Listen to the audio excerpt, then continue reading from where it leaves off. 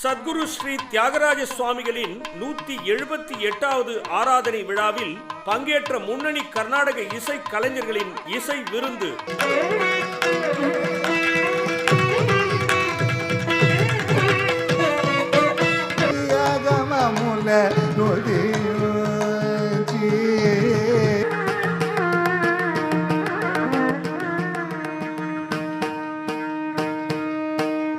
உங்கள் டிடி தமிழில் திங்கள் முதல் வெள்ளி வரை காலை 9:05 மணிக்கு ஒளிபரப்பாகும். காணத் தவறாதீர்கள் உங்கள் டிடி தமிழில்.